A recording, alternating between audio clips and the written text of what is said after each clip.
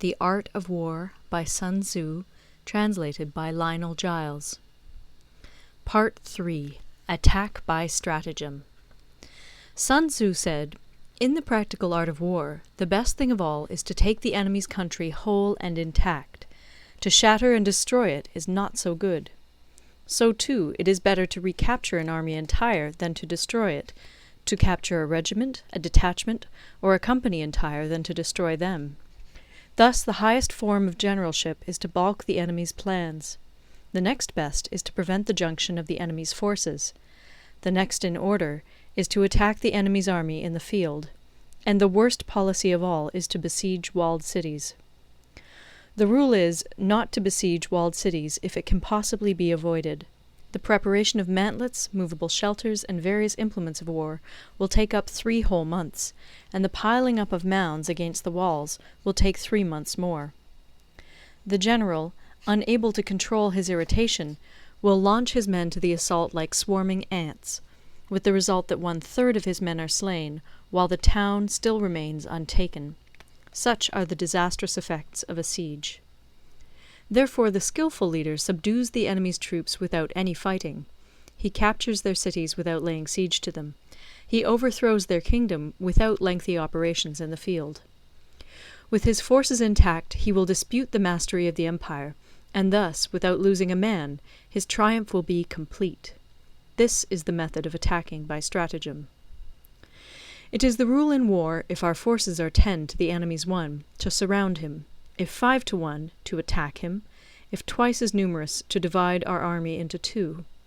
If equally matched, we can offer battle; if slightly inferior in numbers, we can avoid the enemy; if quite unequal in every way, we can flee from him. Hence, though an obstinate fight may be made by a small force, in the end it must be captured by the larger force. Now the general is the bulwark of the state. If the bulwark is complete at all points, the state will be strong.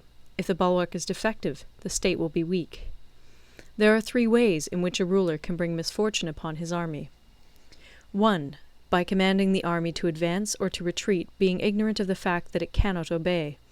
This is called hobbling the army. 2. By attempting to govern an army in the same way as he administers a kingdom, being ignorant of the conditions which obtain in an army. This causes restlessness in the soldiers' minds. 3. By employing the officers of his army without discrimination through ignorance of the military principle of adaptation to circumstances. This shakes the confidence of the soldiers.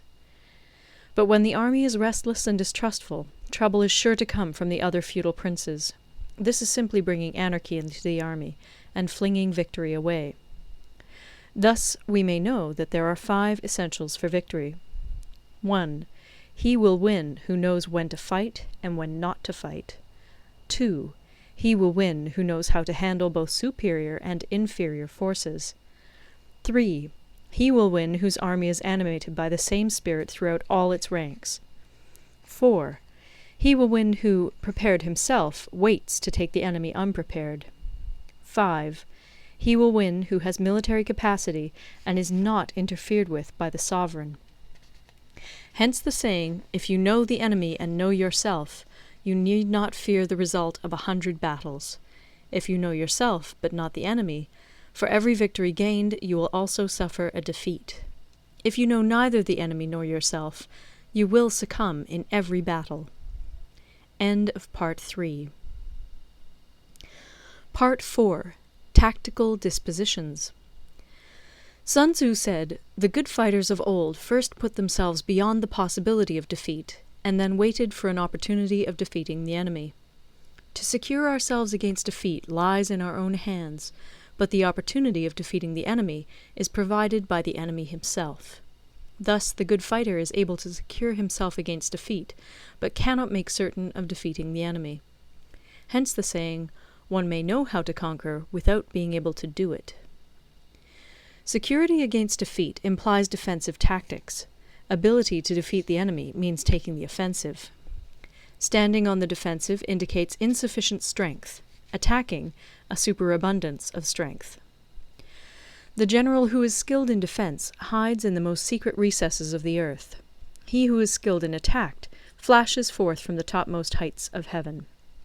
Thus, on the one hand, we have ability to protect ourselves, on the other, a victory that is complete. To see victory only when it is within the ken of the common herd is not the acme of excellence. Neither is it the acme of excellence if you fight and conquer, and the whole empire says, "Well done!" To lift an autumn hair is no sign of great strength. To see the sun and moon is no sign of sharp sight. To hear the noise of thunder is no sign of a quick ear.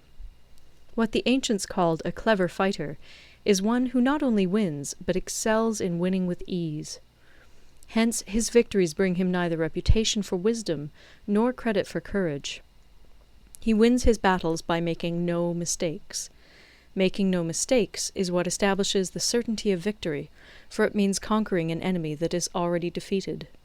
Hence the skillful fighter puts himself into a position which makes defeat impossible, and does not miss the moment for defeating the enemy. Thus it is that in war the victorious strategist only seeks battle after the victory has been won, whereas he who is destined to defeat first fights and afterwards looks for victory. The consummate leader cultivates the moral law and strictly adheres to method and discipline. Thus it is in his power to control success.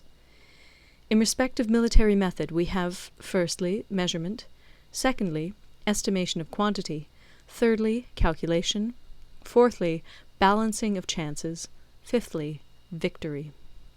Measurement owes its existence to earth, estimation of quantity to measurement, calculation to estimation of quantity, balancing of chances to calculation, and victory to balancing of chances.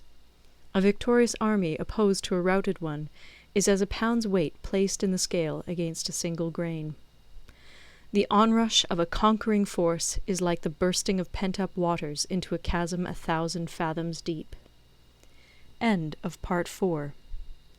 Recorded in Toronto, Ontario by Moira Fogarty, October 2006.